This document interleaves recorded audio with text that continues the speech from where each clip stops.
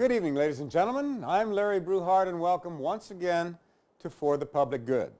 We're the show that tries to identify corporations, institutions, and individuals who are doing good and doing it well.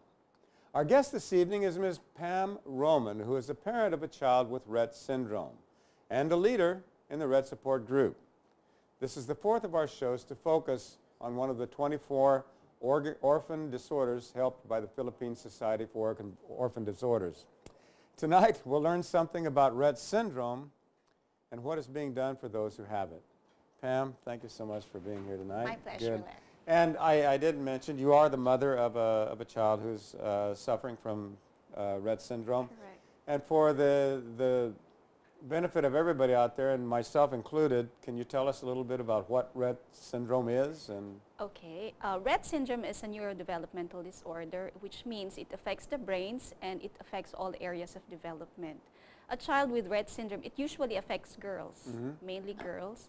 They develop normally until 6 to 18 months, and then after that, they regress. The skills that they learned during the first year of life, they regressed. And then they have symptoms like seizures, they have breathing problems, some of them have heart problems too. And right now, there's no treatment or cure. We only treat the symptoms of Rett syndrome. I see. And your daughter, how old was she when you first noticed that there was something wrong? My daughter was 7 months old when we noticed that she was not developing normally like other kids. She was a floppy baby, like she doesn't have this strong muscle tone. We took her to a developmental pediatrician and she was diagnosed to have global developmental delay, which means delays in all areas of development. After that, we took her to therapy clinics. She started having physical therapy and occupational therapy. But after 2 years of therapy, we found little improvement in her. So we every 6 months, we go to her developmental pediatrician to check on her development. When she turned 2 years old, she started having seizures, and all the symptoms of Rett syndrome were very visible then. She had this heart movement, hand mannerisms, which is very common in Rett syndrome. Well, that's why they're wringing their hands and like they're washing their their hands, hands all the time. Yeah. They say that's the trademark of Rett syndrome. I see. And is it very common? So from the time that she started showing some of these symptoms, it was more than a year before it's more than a year. They could diagnose what it was? Yes, we went from hospital to hospital, doctor to doctor, and all her medical tests came back normal. All her blood tests, her MRI tests, they all came back normal. Actually, Rett syndrome is diagnosed based on clinical presentations or based on its symptoms. Really? So there's no way you can just take a blood test and find it? Or? There is a blood test that can confirm Rett syndrome, but it is not available in the Philippines. I see. It's called MECP2 testing because the affected gene is the MECP2. It's a genetic, I'd like to tell you more about Rett syndrome. Rett syndrome is a genetic condition. Right. They say that Rett syndrome is the only disorder under the autism spectrum disorder which has a known genetic cause. And it is not hereditary, meaning you cannot get it from your parents. Yes, of all of, this is the fourth show that we've done on orphan disorders. And in almost every case, it is a matter of hereditary.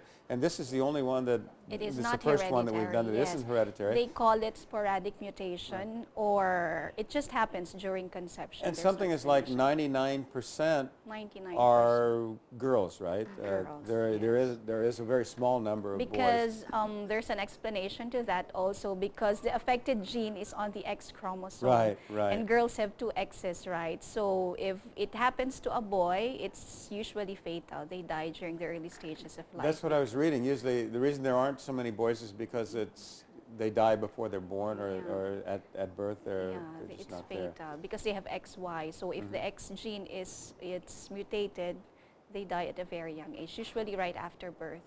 I see. And so girls have 2X. 2X. So they have a better survival then of having it then. If you must have worried when your daughter, Julia's her name? Yeah, Julia. When she started having problems at 7 months, if you had it to do over again and you wanted to give advice to other parents who are seeing this, what would you say to them? Educate yourself. That's the first thing I did. Educate yourself. Educate Okay, can you yourself. tell me Right some of the now, ways that you educated we yourself? are blessed. We have the internet. Right. And many things you can learn from the internet. During that time, when Julia was diagnosed in 2003, one of the hardest part for me was to find a support group. Right. Or to get help, or to get opinions or advice from other parents who are on the same journey like me. And what I did was I searched the net. I found this International Rett Syndrome Foundation in the US, and I registered Julia, and they sent me a handbook about Rett syndrome. I finished reading it, and I know it was really Rett syndrome. And my advice to parents is to educate yourself. Once you understand what condition your child has, it's more bearable, and it's easier to handle the day-to-day struggles of having a child with special healthcare needs. Not knowing is really hard, isn't it? Not really hard if it's your child. Not really. Is there any excuse me? Is there any as life goes on, is there a longevity time with this disease, or? They grow into adulthood. You just have to treat the symptoms, the causes. Usually, the cause of death is pneumonia, and since they have breathing problems, some of them die during their sleep. They just stop breathing. Some other you can treat, like breathing problems. In the U.S., they give medicine for that, for breathing problems. Here in the Philippines, I've already met other parents, but all the girls here are the atypical type, meaning they have milder symptoms of Rett syndrome. Now, you were the one who formed this Rett group here in the Philippines, right? Yeah. How many are in it now? Now we have 10 members. 10 members. We started okay. just a few months ago, actually, and it's online on Facebook. We communicate through Facebook, through text, and once in a while we gather, and that's it. Now we're 10 members. Wow. And growing. That's and you just started how long ago? Just a few months ago. A few months ago. Actually, I've already known these parents for a long. Some of them I've learned many years back, but it just started. This online support group just started a few months ago. Good. And your daughter is how old now? She's 10. She's turning 11 this coming December. Okay. Good. Yeah. So, and you have other children as well, right? Yes, I have 3. Julia is my middle child. My eldest is 13, and my youngest is also a girl. She's 6 years old. Right. So, good. And how does Julia spend her time? She's in a wheelchair, or? She's in a wheelchair. I have a caregiver now who helps me out because Julia's getting really heavier. Right. And for 10 years, I was the sole caregiver of Julia. I just got her nurse just a year ago. And she goes out. She loves to go out, even if she's in a wheelchair. Some people might think that she cannot understand her surroundings, but she's very much aware.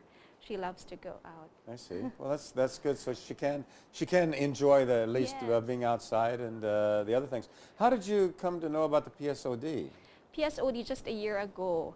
I was actually planning to form this support group many years back, but I don't know where to start. I don't know how to do it.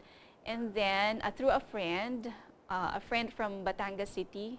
I come from Batangas City. One of my friend has a son who's suffering also from a rare disorder called osteogenesis imperfecta, or brittle bone disease. Okay. And we she had that on the show. Yes, she introduced me to PSOD. I see. And PSOD was one of the blessings we had last year, I can say. Through them, I met other families, not Rett families, other families who have kids with rare conditions.